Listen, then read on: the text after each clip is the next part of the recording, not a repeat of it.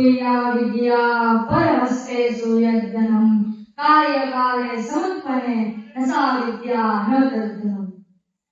ऐसा तो अपना सभाમાં પધારેલ વાલા ઈષ્ટદેવ ઘનશ્યામ મહારાજ તથા પરમ પૂજ્ય સંતો અને સારા આચાર્ય શ્રી દેશાસર સુપરવાઇઝર તમામ ગુરુજનો અને મારે ગુરુકુલ કન્યાના કોળે દીકરાના મારા સાથે ભણતા સર્વાને મિત્રોને મારા હેતપૂર્વક હૃદયના ભાવથી જય સ્વામિનારાયણ।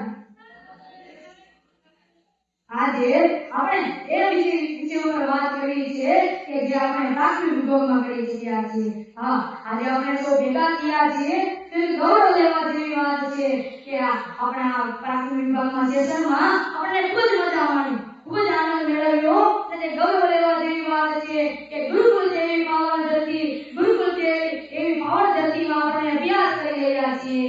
સાથે સાથે વિદ્યા, સદવિદ્યા અને બ્રહ્મ વિદ્યા જેવા પાઠોનું ચિંતન કરી રહ્યા છીએ અને સાથે સાથે મહત્વની વાત તો એ છે કે રાજાધિરાજ એટલે કે the king of the king ભગવાન શ્રી સ્વામિનારાયણ નિવાસ કરી રહ્યા છીએ અને તેના સંતોના આશ્રમમાં આપણે જ્યારે અભ્યાસ કરી રહ્યા છીએ ત્યારે આપણે ગર્વ થવું જોઈએ, કારણ કે આ અભ્યાસ માત્ર અભ્યાસ પૂરતો જ નહીં પરંતુ ભવિષ્યની એક અકળ ચડતા અને સફળતાનું એક નિશાન છે। ને આ ગુરુકુળના શિક્ષકોની સી વાત કરી શકાય કે ગુરુકુળના શિક્ષકો કેવા હોય કે જે ભણાવતા પહેલા પુસ્તકની કિંમત સમજાવે ગુરુકુળના શિક્ષક, કે જે ભણાવતા પહેલા પુસ્તકની કિંમત સમજાવે ગુરુકુળના શિક્ષક, જે જ્ઞાન આપતા પહેલા જ્ઞાનનું મૂલ્ય સમજાવે ગુરુકુળના શિક્ષક, જે બાળકનું જીવન ઘડતા પહેલા જીવનને પહેલા આ સુધારવાની સાચી દિશામાં આવે ને કે આપણા ગુરુકુળના શિક્ષકો સાહેબ, તેના માટે તો તાળી ઓછી નાદ કરવી જોઈએ, કારણ કે અઢી જાતિઓ આપણે ભગવાન તરીકે જોવામાં આવે છે તો જોરદાર તાળીઓ થઈ જાય આપણા ગુરુકુળના શિક્ષકો માટે।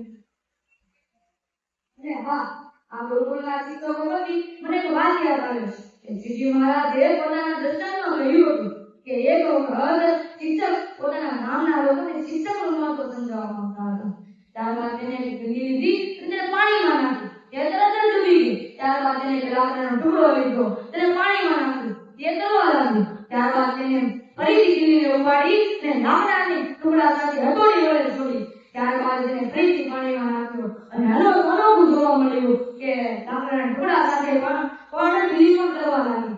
સાથે સાથે શિક્ષકે સમજાવતા કહ્યું કે આ જીવનરૂપી સાગરમાં આપણે બાળકો એ આપણે ખીલી સમાન છીએ અને આપણા શિક્ષકો આપણા લાકડાના ટુકડા સમાન છે। જેવી રીતે ખીલી લાકડા વગર ના થઈ શકે ને તેવી રીતે આપણે કેમ આપણા શિક્ષકો વગર જીવન જીવી શકીએ, કે આપણા શિક્ષકો વગર જીવન શ્રેષ્ઠ જીવી શકીએ।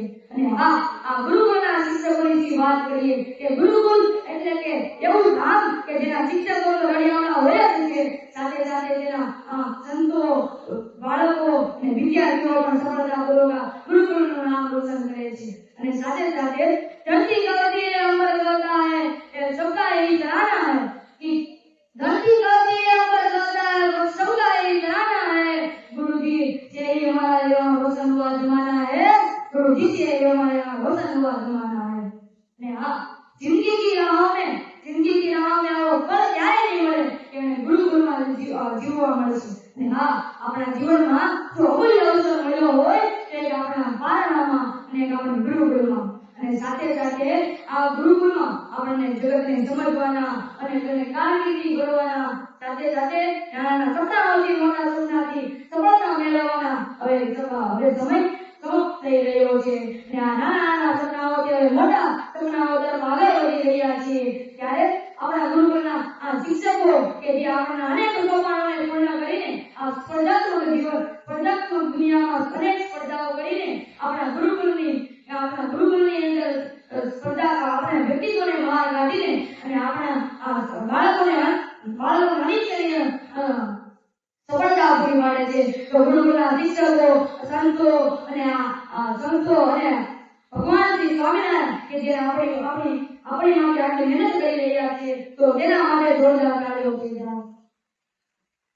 અને હા, આપણા માટે સમગ્ર ગુરુકુળ પરિવારે આપણા માટે આ શુભેચ્છા સભા યોજી છે, તે માટે સમગ્ર વિદ્યાર્થીઓ વતી હું સમગ્ર ગુરુકુળ પરિવારનો આભાર વ્યક્ત કરું છું। અને સાથે સાથે આ પ્રાથમિક શાળાના તો પારણા તો ક્યારે ભૂલાશે જ નહીં. અને એવો એવી આશા રાખું છું કે તમારા આશીર્વાદ મને જીવનની ડોર સુધી પહોંચાડશે. છેલ્લે હું એટલું જ કહીશ કે जिंदगी की राह में कुछ ऐसा करके जाना है, जिंदगी की राह में कुछ ऐसा करके जाना है कि लम्हों को कभी गुजरते जाना है, कि लम्हों को कभी गुजरते जाना है, कि हर पल मजा करके जाना है, हर पल सफलता होके जाना है, हर पल मजा करके जाना है, हर पल सफलता होके जाना है. जय हिंद, जय भारत, भारत माता की जय, गुरु मैया की.